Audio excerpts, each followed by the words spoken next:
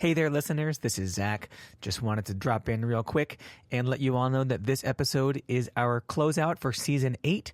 We'll be taking off the next couple of weeks for the holidays, and we'll be back next year on January 4th with a brand new season, brand new episodes for you. Thank you all so much for listening, for your support throughout all these seasons. Hope you enjoy this really awesome closer for the season on music education. There's some piano in this one. Really, really great episode. So let's get into it, and I hope you all have a wonderful holiday, and we'll be back next year. Welcome to the Modern Classrooms Project podcast. Each week, we bring you discussions with educators on how they use blended, self-paced, and mastery-based learning to better serve their students. We believe teachers learn best from each other, so this is our way of lifting up the voices of leaders and innovators in our community. This is the Modern Classrooms Project podcast.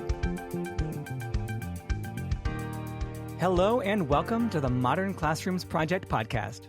My name is Zach Diamond, and I'm a high school media production teacher in Washington, D.C., and a Modern Classrooms implementer.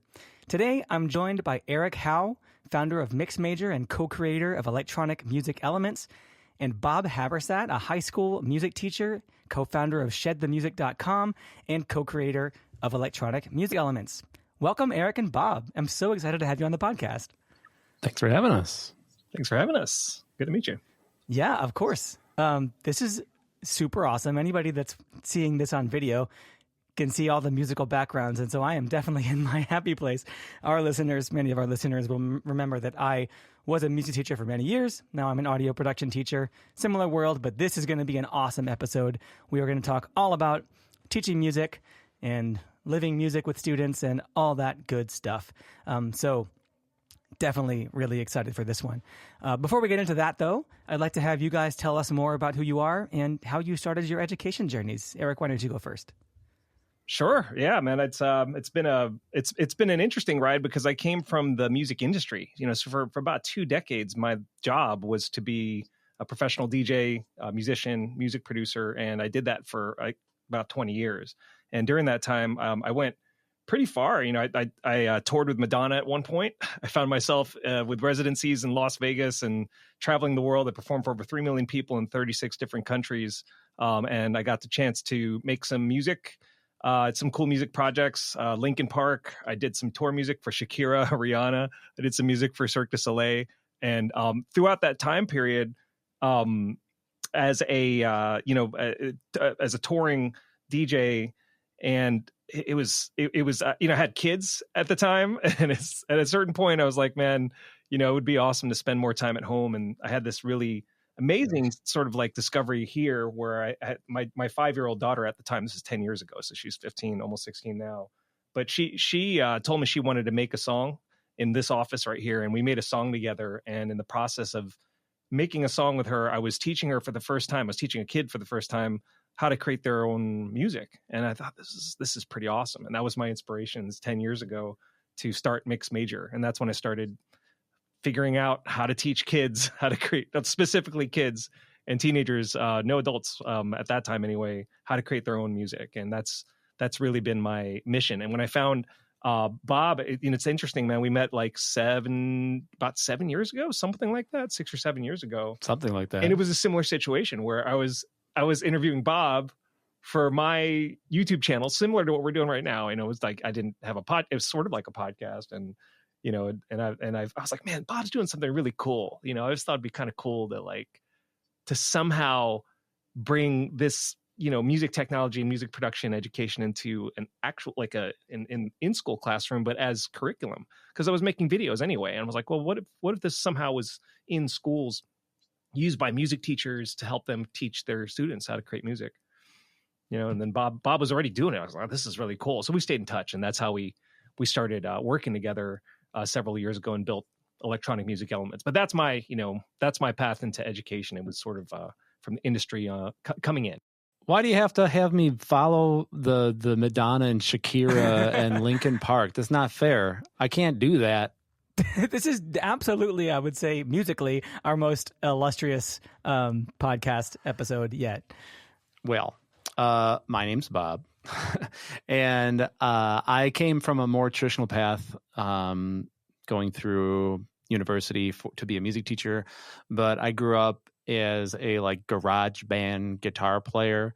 And when I went to school, I loved music, so I took band, I took choir, but I always felt like I was an outsider because when I'd go home, I would be tinkering in my garage and recording with my friends and writing music with my buddies and hacking together a bunch of sound cards so I can put more than one mic on our drum player. And when I went to school for music education, I quickly found that what I wanted to do was to give the me's of the world a place. I wanted to provide an alternative, aperture for music education for the people like me. So through the last 15 years, I've been trying to develop programs to give my students choice and voice in creating music. So we have a full 4-year guitar program. I teach at high school. We have a full 4-year guitar program. We have a full 4-year like non-performance music production program. And we've rebranded our general music courses as the commercial music program.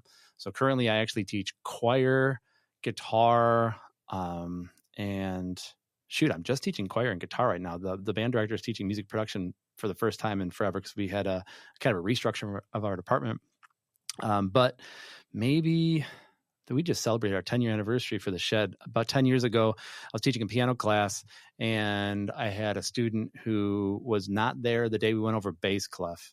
And we were talking about bass clef, and they're like, I don't know, I wasn't here. So I got a microphone. I got a webcam, and I duct taped it to a microphone stand. And in our closet, I just made a video on bass clef using a little whiteboard, and then I housed it on our music department website.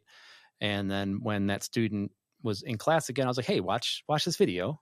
And then, they got caught up right away. And I kept recording videos of topics that students may or may not have missed. And eventually everything that we had in our department was we codified it, and we made universal language for it so that a kid in choir or a kid in band or a kid in guitar would have the same way of talking about maybe rhythm or pitch or scales or whatever. And we had all these videos. And then I started to create curricula for my music production students on creating production through using the MIDI controller as a performing instrument. And then that became a course, and students would just watch all those videos for the course. And it became popular. People used it in COVID. And then, Eric found me and interviewed me for his YouTube channel. And my first guest of my podcast was Eric. It was my first time using Ableton. Eric and I made the theme music for my podcast on the podcast. At the end of the podcast, this is a wild ride. And now we made this non-performance-based music production program.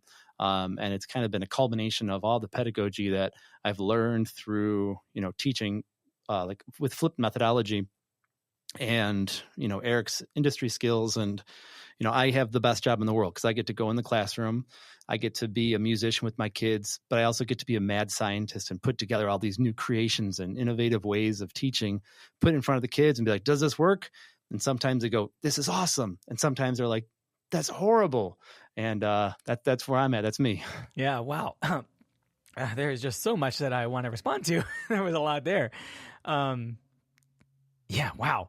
Okay. So, Eric, the first thing I want to say is I had a very similar experience when I had my daughter. I was also playing music professionally. It was my job, but only for about 2.5 years. And then I had a daughter, and I was like getting home at 1 a.m. and waking up at 12, noon, and just like, it's not sustainable. And so that also pushed me into the classroom, and I have personally found it more rewarding. I love music, and I still make music, and there is just something about teaching somebody else to make music or just seeing the spark, right? When they pick up a microphone and record something and they're like, this is so cool. Can I make ASMR? Which is what kids ask all the time. Like there's just something about that it's ineffable, and there's nothing that compares. But yeah, it hits different when it's your own kids, right? When you're teaching your own kids, that's definitely an inspiring first step.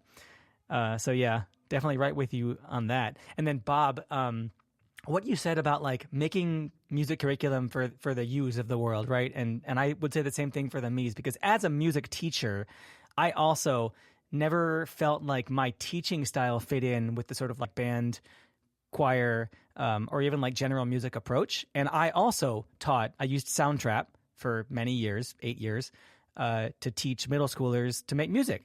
And I really, really liked it. I felt like, and especially because I was teaching a class that not all the students chose to be in. It wasn't an elective. It was like their schedule randomly got them placed in it or not. So not everyone wanted to be there to make music. And yeah, like I found that Soundtrap was this really incredible platform for kids who had no idea what they were doing to make something that was cool enough to hook them, and then kids who did know what they were doing to make something really, really amazing, right? So yeah, I mean, I feel like the three of us are in good company here. We all have a very similar sort of philosophy and approach. And yeah, I'd like to hear you talk a little bit more about that, Bob. Since you mentioned it, talk a little bit more about your experience teaching with digital music. And it sounds like you have a whole program based around this non-performed music.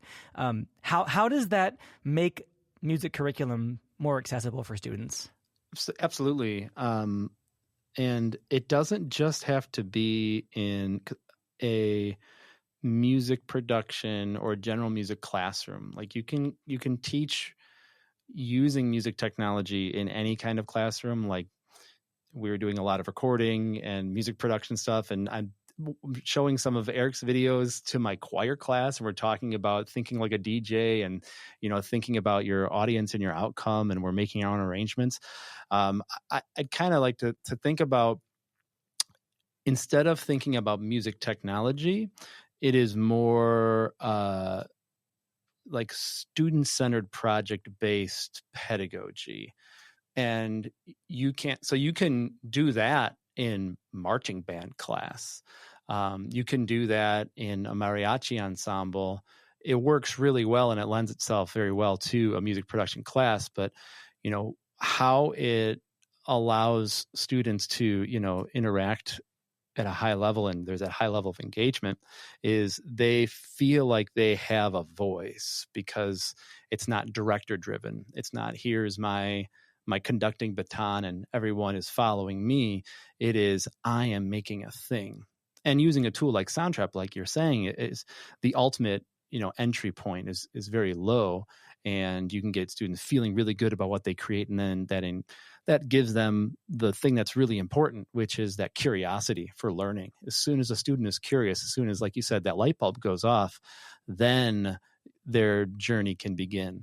But yeah, digital music and music production, it's, the more I teach it, I'm not that old, but I've been teaching music production in general music and also in ensembles for a long time. And it's starting to all kind of just meld into this thing where when students when they work together and they're creating something, where it could be a warm-up for an orchestra, or it could be they're making a beat and they're laying down some tracks and they're rapping over it.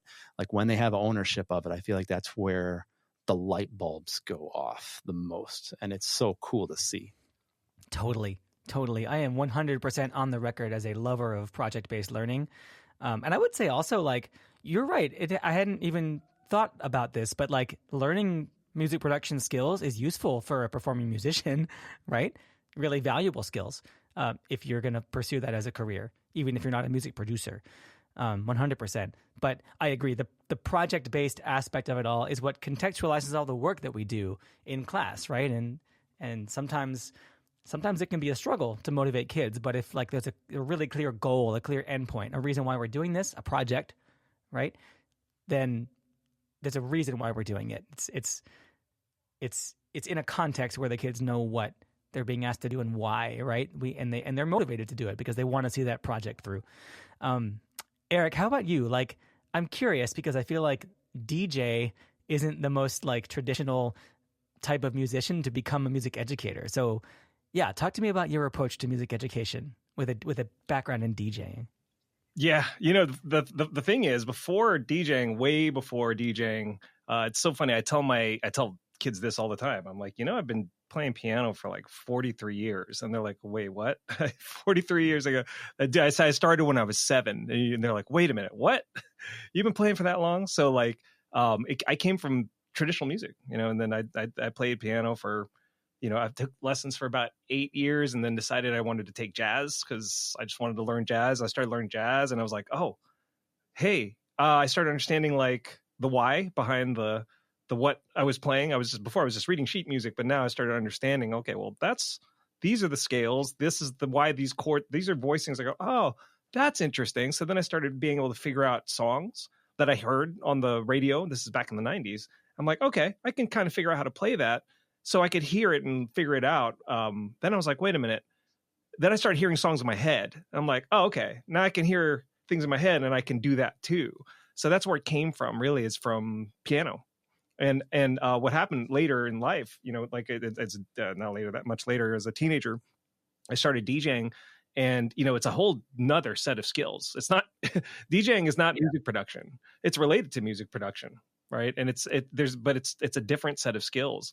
But what's interesting is when they intersect, when you're thinking about DJing, when you think about music production, you're thinking about creating music, right? But when you think about DJing, you think about playing music, okay? And in order to play music, you have to understand it, and you have to understand what music is going to do, what the effect is going to have on the listener. So when I started, teaching kids how to do this, I was like, well, it's kind of like approaching it from a DJ's perspective is like listening to music critically in the way of like, hey, what's this song going to do? What is this song going to do when I play it for a group? What effect is this going to have on the listener? So when I'm making my music, or when I'm teaching making music, if you approach it thinking as a DJ first, then you really are thinking about the end in mind, which is like what a lot of things are. Like we think, okay, well, what do I want my listener to feel? What do I want them to what experience do I want the listener to have? You can apply this to other media arts or anything creative. Like if you're making a film, what do I want them to feel? What's a message I want to convey? Right. So thinking like DJ first has been the approach. And it's funny because until I started working with Bob, I didn't realize that's what I was doing. And I was like, oh, okay, that's what I guess that's what I've been doing this whole time. Because, it's like just really thinking from that big picture, what is the music going to do for the listener? And then treating it sort of like, big picture. And then you kind of like shrink it down to its bigger parts, but still kind of, or smaller parts, but still kind of big. What are the ingredients to music? It's almost like being a chef. So you go from like thinking like a DJ, well, what's this going to do for the listener? But thinking like a chef is sort of like, hey, there are 4 main ingredients to music, kind of like their food groups when you're thinking about food. And it's just your drums, your chords, your bass, and your melody. Your drums, your chords, your bass, and your melody. You got energy with the drums, chords add emotion, bass adds power, melody adds identity. This is what I've been, this is the approach that I've always taken, because it's like, it's really easy to understand for kids too. Like, oh yeah, okay. Yeah, that it does this. Yeah, this, it does that. You put those two things together is something else. So that's the approach. So coming from a DJ's perspective, really understanding what the listener is going to feel and what that we want them to experience before making the music helps kids and anybody really create with more intention. Totally. And I'm really glad that you made that distinction. I have tried, I have friends who are DJs, and I've tried like with the 2 turntables and all the stuff. And it is not a skill set that I have yet. It is absolutely a performance, right? It is not music production. And I guess that it's important to highlight that difference so that we're not conflating, the 2 different approaches that you both have. So Eric, like, I guess when you are teaching, is your teaching approach more based around performance than it is production? Ironically, no. Ironically, the 2 of us, of Bob and I, it was the opposite. Like when we first started talking, when I found Bob, I said, hey, this has got an interesting approach. It's not my approach, but I liked his approach for I understood what he was doing. Like because I hadn't really thought of it that way. Basically, Bob's approach when I met him was production through performance. So you must be you cultivate musician skills in order to be able to produce.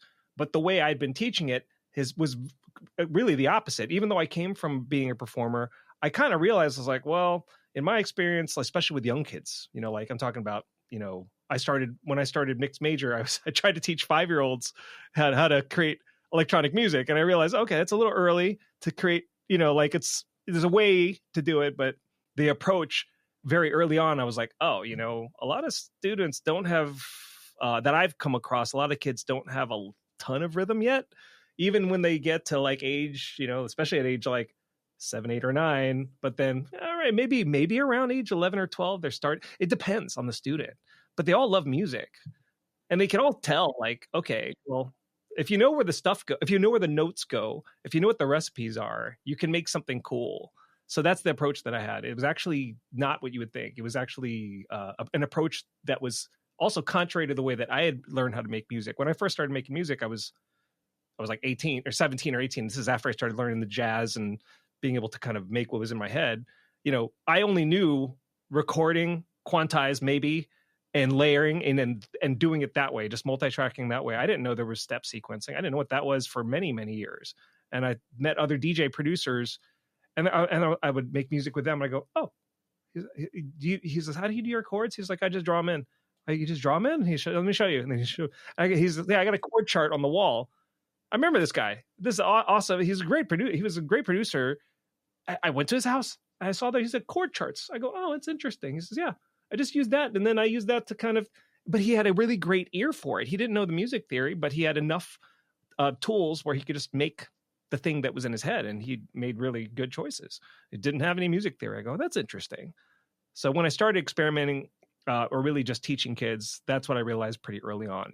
I need to make it not performance-based, because not everybody's got those chops, but they all have the imagination. Exactly. I think that that's a really important point. And I think this is one of the things that really, I don't think that I could have articulated this at the time, but when I started teaching it, looking back on it now, I can see, like, it felt to me like playing an instrument is a barrier for some kids to accessing like the fun part of music education. And that's why I think that something like Soundtrap or GarageBand or like, the very basic level DAWs, where you can just pull in a bunch of pre-recorded loops, and a kid who has no musical experience at all can make a cool beat in 10 minutes. That's something that I think is like revolutionary in music education. I'm interested to hear, Bob, then, because like you do have music, or you do have students moving through a music program, and I would assume that eventually they do learn performance if they're going into like ensembles and choirs and things. And I'm curious to hear about how the skills transfer, if they transfer from one to the other, because I would definitely teach what I would call music concepts, like music theory concepts, like rhythm and form through Soundtrap without exactly using those words.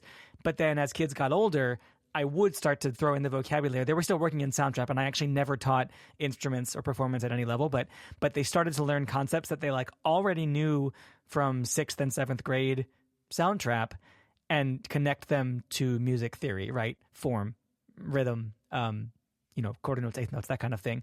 So how do you see the concepts transferring from the world of music production to the world of music performance, if they do? Yeah, they totally do. And let me just see if this works. Boop. Okay. So the way I used to teach music production is, I had kids learn how to, keep a steady beat here. And there we go. To like start to put things together so that they could create. And ultimately the goal was to have them create with intention and to be able to, have control of what they're making. But like you said, that performance-based element is a barrier for some, and especially students with, developmental disabilities, physical disabilities, differently abled students. Like, it was impossible. And what some of the new tools in Soundtrap have done, some of these non-performance based tools like the chord triggers, where you can literally look at, it looks like an accordion, and I'll describe what I'm seeing here. So you can look at these things, or look like little buttons, and then all you have to do is click a button and it plays the chord. And that allows students to, without having to worry about time, they can create with intention and iterate on their creativity and have full control.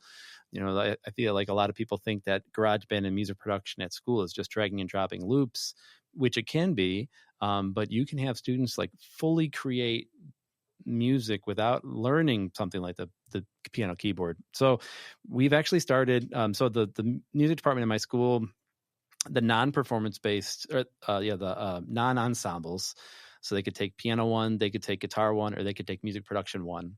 And the first level of all those, there's no like sheet music in it. There's no music reading. It's all like having fun, sounding good on your instrument. So like in guitar class right now, we're learning about power chords, and they're learning the notes in the neck, but they're doing it as a function of like, let's play a Nirvana song. And the first note is an F sharp, which is the second fret of the low E string. Like that's what we're doing in guitar. And in piano, I have a method where, they have these shapes that they apply to create chords to be able to play pop songs. And in music production, we're using Elements 1. So it's, the non-performance based music production tools harnessing the, those 4 elements of music that Eric talked about. But I have, at the beginning of all of my classes, I have them go through, and they're using this looper that I made for the curriculum where they can bring in guitar, drums, bass, and melody separate from each other. And they could feel what it's like bringing those things in. I feel like in an ensemble class, even students don't have any control of, and they're not thinking about that end goal. They might be thinking about the concert, but they're not thinking about what their part is doing related to the whole and how that is affecting the audience. So in my ensemble classes, students make their own arrangements. Like in my choir classes, they have this big grid, and they have like intro, verse, chorus, bridge, chorus, ending. And then we're kind of writing out just descriptions of what everyone's doing. And then we improvise based on the framework. We're building energy over time. We're thinking about that. So that's all music production skills. And I think it translates so much more easily than you'd think. You just have to open up your mind to it and go through and create using music technology tool like Soundtrap or Ableton. And, I feel like a lot of music teachers don't know, they have never created before. So they've only recreated or recreated.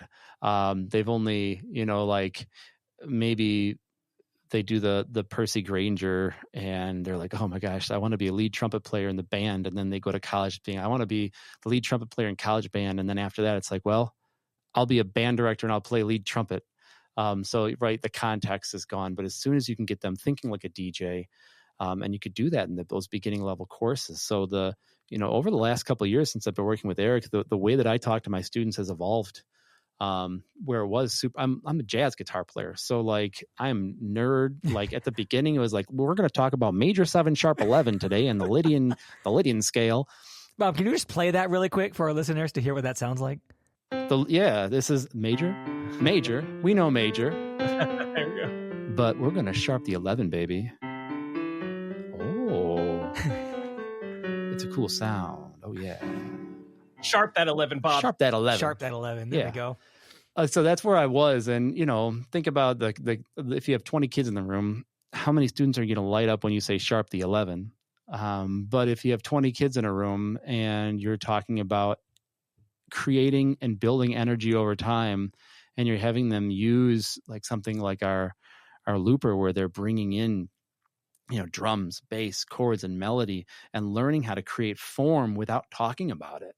And then having them feel it, like the Kodai and Orff, those are the big general music pedagogues from early in the 1900s, late 1800s. And they were all about movement and the kinesthetic relationship of, yourself and the music.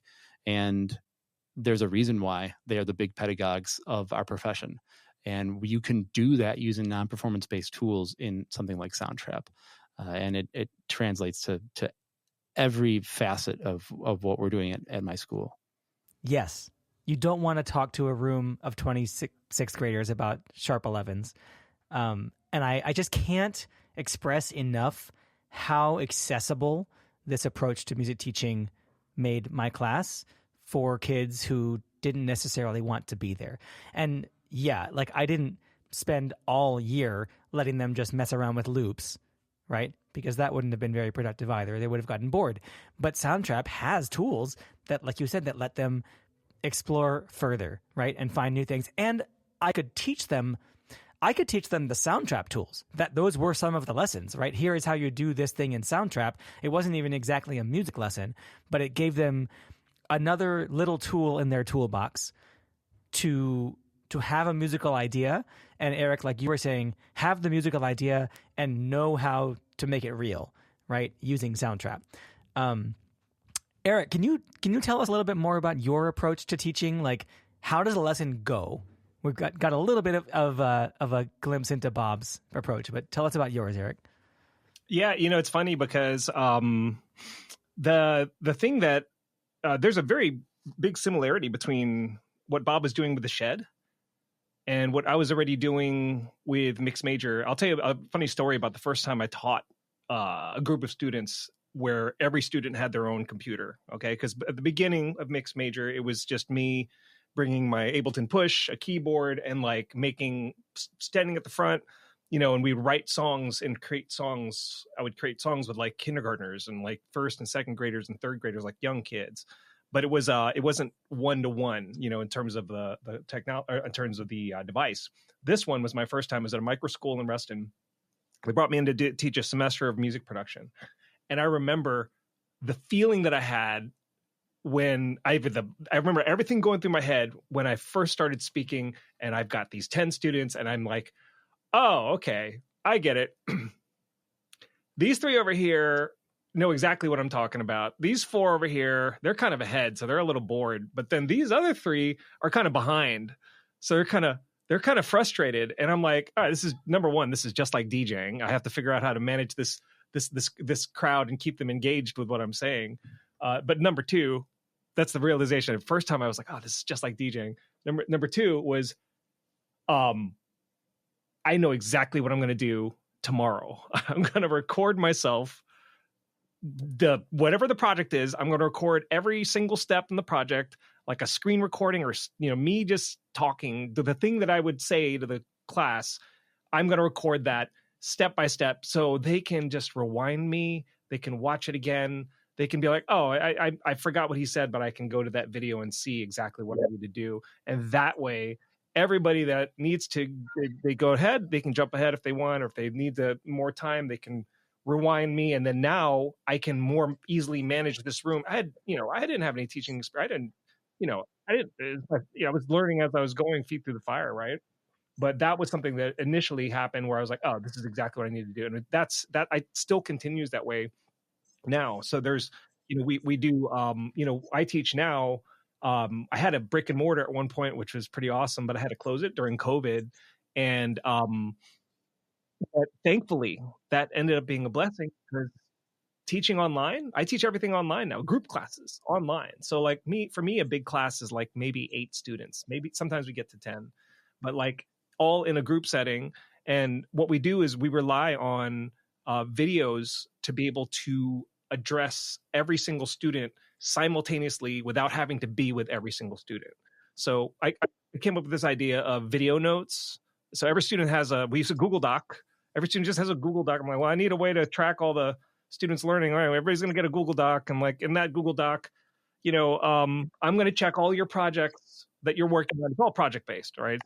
Okay, every student's working on a project. I'm going to check all your projects before class, and I'm going to have notes written down in your Google Doc that are written down, and there's going to be a video note of me opening your project going, oh, this is great. Like I've got it on my computer. I open their project on my computer and give them feedback and go, okay, this is what you should focus on today. That way I can talk to all 10 of them at the same time at the beginning of class. But then the ones that really need the help, I can go to them individually and but still connect with everybody. So that was my solution to that back in the day. I still do that, but that's still the format. I have a project mentor that I now have brought in to take some of the load off, and that project mentor goes through all those things. So now in the class, I am able to make these sort of meaningful connections with each of the students, and then even give my perspective on top of what the project mentor is doing. But that is a big part of the way we teach. So that way, the students are always able to know what they need to work on at any given point in time. They're always sort of moving forward. One more thing I'd like to say as well is that with my the online the classes I teach are all online. Students from all over the country, sometimes Canada, sometimes abroad, will log in, and what we do is at one point I was just teaching them project-based. It was all project-based, but individual projects per student, which we still do. Everybody still has their own, we call it a lab project, but we alternate between lab days and group days. So a lab day, like everybody works on their individual projects. So they come into the Zoom, we say, hey, there's announcements and everything. And then sometimes we chat, and then we go to, everybody gets a breakout room in Zoom. So if you ever use Zoom breakout rooms, imagine each student has their own.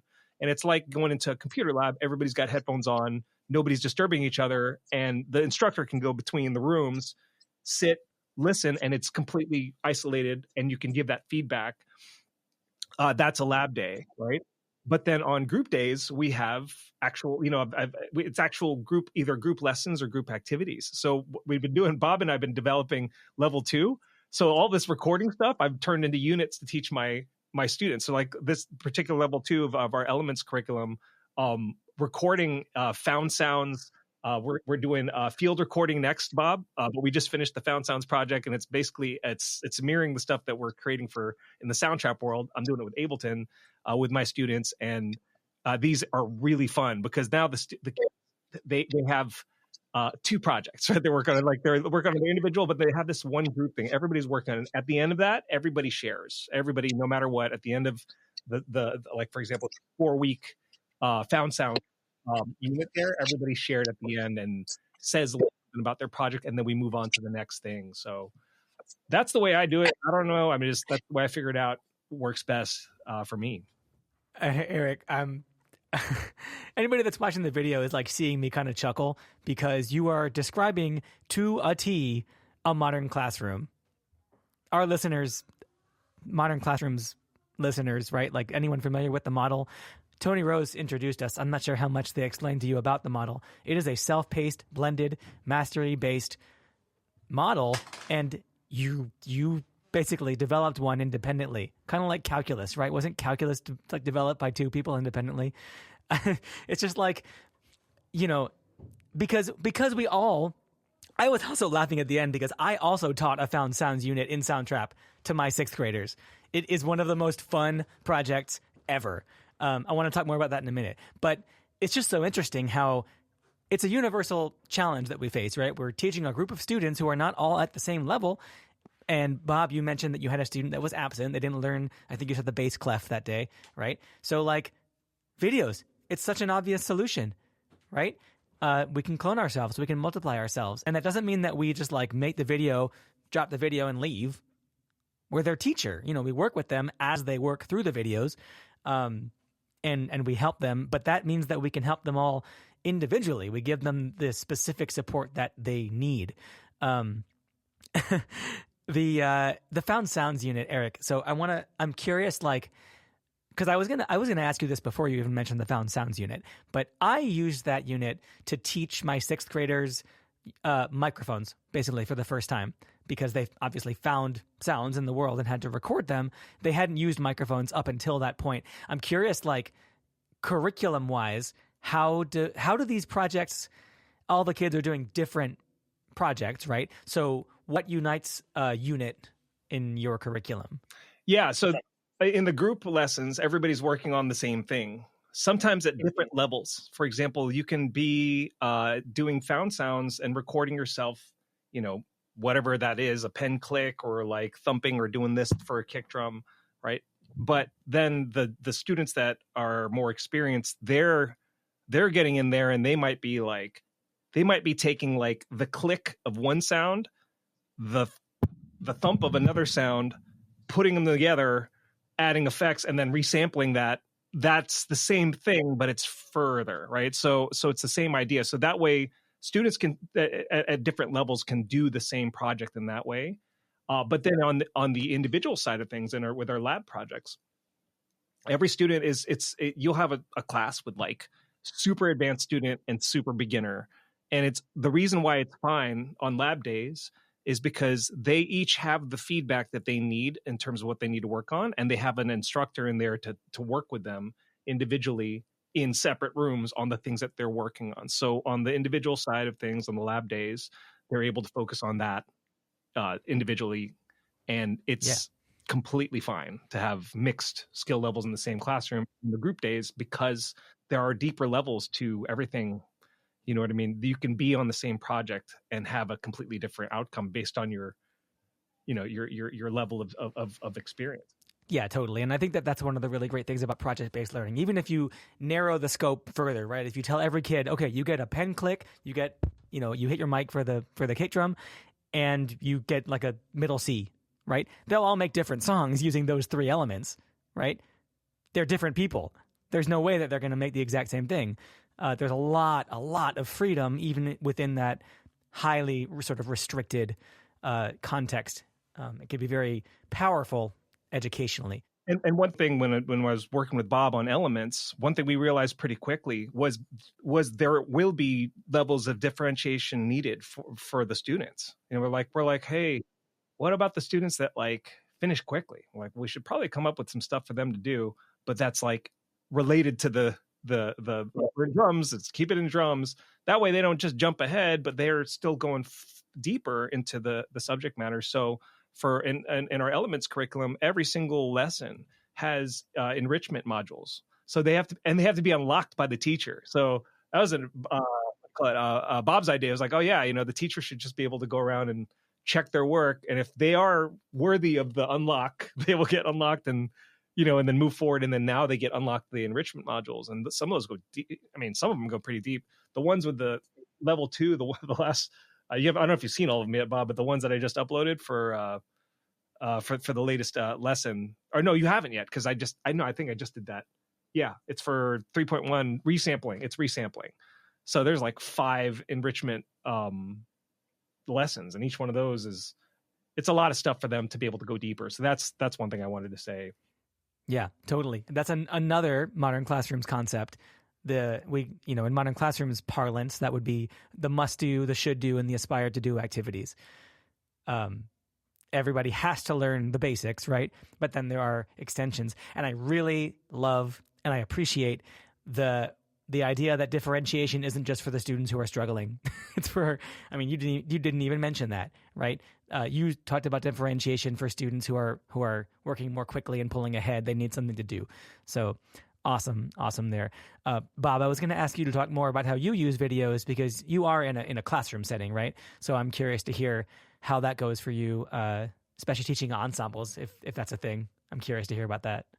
All right, so I'll talk about non-ensembles first. In like my music production classrooms, every student has their device. I introduce the topic. Sometimes I introduce it with direct instruction, so I'm there. Sometimes I give like a lab activity where they get into it all together. And sometimes I show a video to start it out. And then when we've gone through the project, parameters together, then they're on their own, and they are all, at their stations with elements, and they can see all the steps. And I've done this for 8 years, where students are going through steps in music production and in guitar class. And what it allows me to do is I get to walk around and I get to make meaningful connection with them and give them real time feedback. Like I grade in person. I'm able to give them, what they need to hear when they need to hear it. And I can just manage everyone's mastery of the different topics. Like Eric was saying, you have the unlock button. You have to demonstrate mastery of the main objectives before you can move on, because we're human beings. We naturally want to pull forward to do the next cool thing. It's not fun to show that you really understand how to make an 8-bar drum pattern. You just want to make the halftime thing because you heard it in a Drake song. That's cool. Let's harness that curiosity. But first you have to show me that you understand how to do the regular thing. So we have differentiation and a little bit of pacing things that can, kind of are fluid within our units of a general music classroom, because we have that deep enrichment and remediation for students, the differentiation online. So we use those videos. But like in ensembles, I have a lot of training videos and what I call like learn along scores that I've made. Today in choir, we were doing there's this method that I've created where they can hear different parts of chord progressions and they can sing them in small groups. So what song we're doing? We're doing Birds of a Feather by Billie Eilish, and we went over the chord structure for it. They got into small groups. They used my videos to memorize what the feeling of singing these different parts of a triad's like with these certain voicings.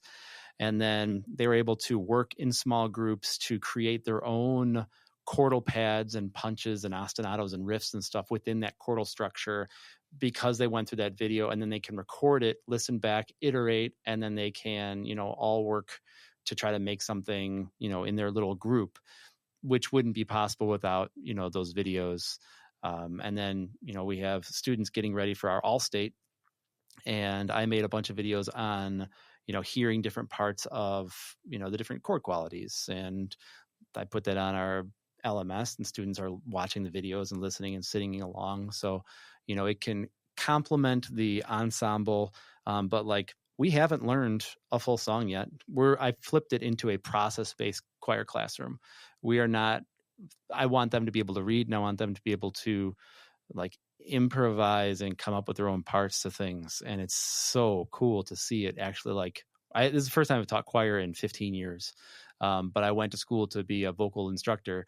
So I get to take everything I've learned and now I'm putting it all. And it's like, it's so cool to see. But the videos that are helping in the ensembles too.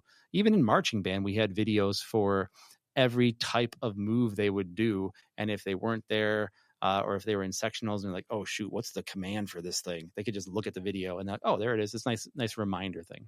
Totally. Yeah. It's like a resource. It becomes a resource, right? It's not like it's replacing the teacher. It's just a resource that you provide for them. And, you mentioned earlier the student who was absent, right? Like if a student's not there, the video, basically it's a tool for you to not have to repeat yourself however many times that you have absent students, right?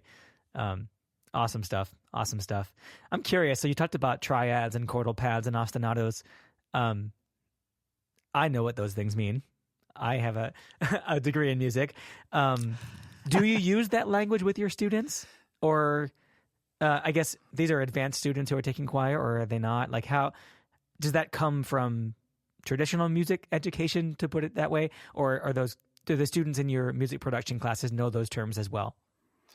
We use those terms in elements. And I found early, like, you can create new terms or use terms that aren't, industry specific, but there's like a huge push right now for college and career readiness and making articulation with the industry.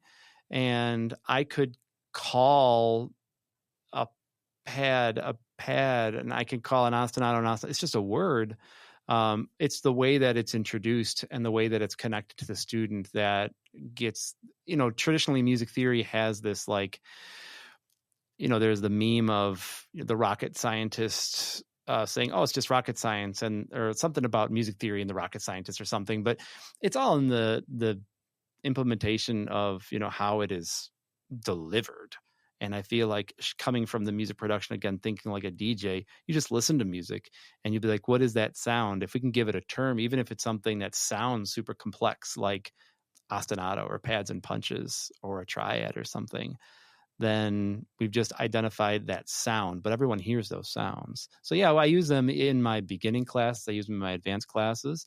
And when they go to audition for All-State, or when they go to a college audition, or we're doing college entry, or that they go to do a gig, then they have terms. Like they also talk about the, running a low pass on the vocal mic so we don't get feedback. But we have a student run entertainment label that hosts a weekly concert in our media center. That's awesome. So there's like a lot of, terms that we do there too. And I think the kids like it, especially if you're real with them. It's like, these are the words that we use as professionals. So why not use them?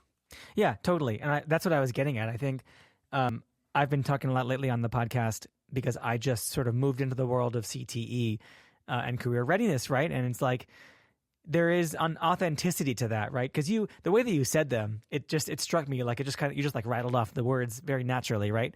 And I'm like imagining you doing that with a student, And like, it's just very impressive to think that the student understands that, because those are complicated ideas and they're 3 different ideas, right? Well, I guess chords and triads, not so much, but like, yeah, you don't have to like teach it like vocabulary. Sometimes you can just use the words, and if you are talking about something, the students will understand. You're using a word to describe a thing that they can conceptualize. And it's authentic, right? To be like, this is how we talk about this thing. It's just a word, like you said.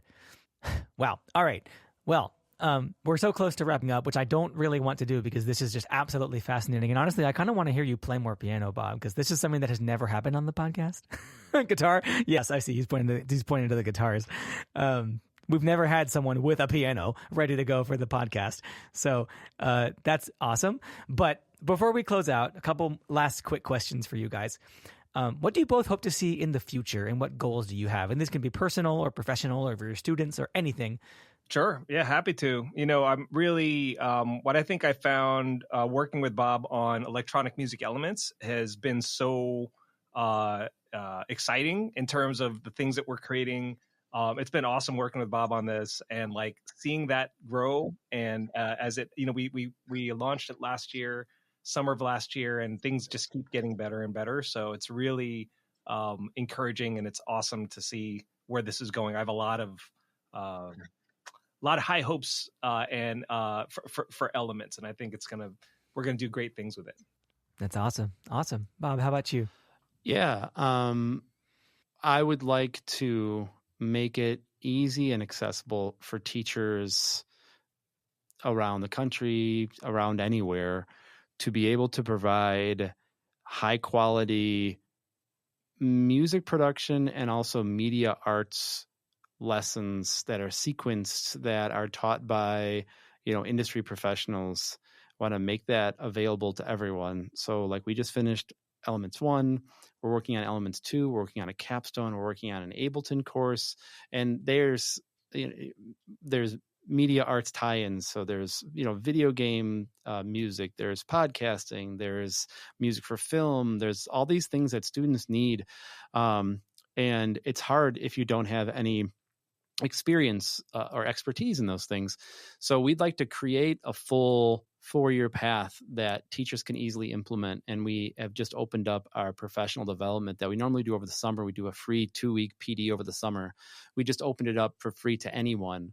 And you just have to go to emusicelements.com/PD. You could take it. And we're actually working now with the University of San Diego through Inspire EDU, where you can take it. If you get the digital badge, you can pay the University of San Diego $100 and get a full graduate credit hour that you can use for your licensure. But it's not about that. It's about, again, once you see that you can make stuff outside of music production, even if you're an English teacher and you haven't like written a poem before, or if it'd be really hard to do it in science because a lot of things have been discovered, but you gotta make stuff to be able to bring that authenticity and that, that genuine sense of curiosity to your students.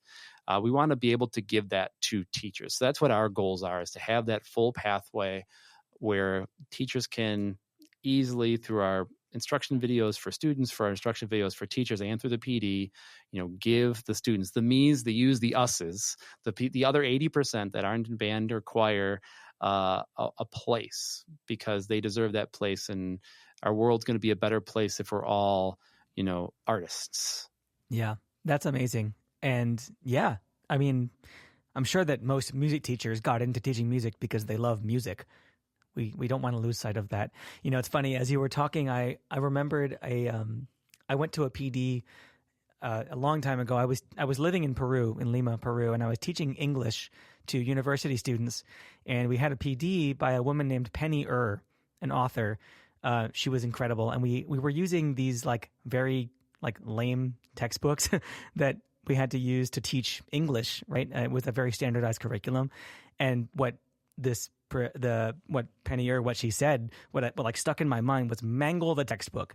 She was like, take that textbook, tear it apart, like flip it backwards, do everything wrong with it, mangle the textbook, be creative in how you teach. And I feel like that's happening now in music education. I think that the way that all three of us, well, you two mostly, but this is how I taught music too. Like the way that we approach music teaching, I think is just such a more rich and enriching and fun way to engage with music as a young person, as a student.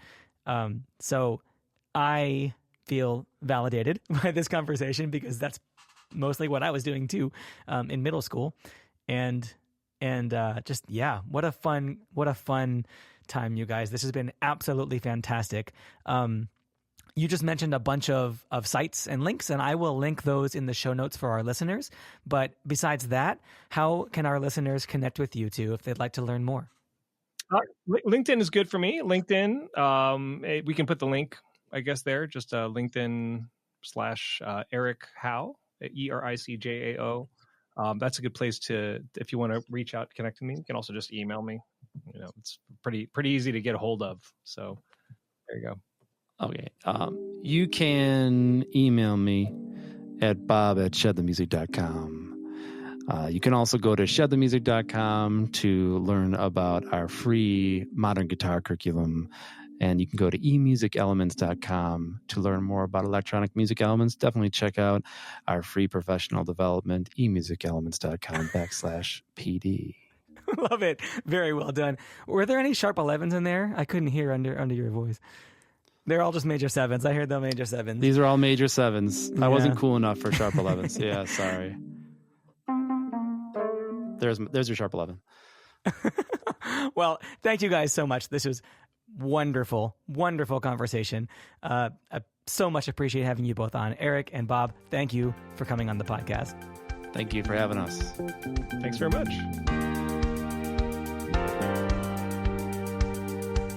Thank you so much for listening. Listeners, remember you can always email us at podcast@modernclassrooms.org, and you can find the links to topics and tools we discussed, as well as more info on this week's announcements and events in the show notes for this episode at podcast.modernclassrooms.org. We'll have this episode's recap and transcript uploaded to the Modern Classrooms blog on Friday, so be sure to check there or check back in the show notes for this episode if you'd like to access those. And if you enjoy our podcast and it's been helpful in supporting you to create a blended, self-paced, mastery-based learning environment, we would love if you could leave a review. That does help other folks find our podcast. And of course, you can always learn the essentials of our model if you want to go beyond the podcast through our free course at learn.modernclassrooms.org. And you can follow us on social media at modernclassproj. That's PROJ. We are so appreciative of all the hard work you do for students and schools. Have a great week, and we'll be back next Sunday with another episode of the Modern Classrooms Project podcast.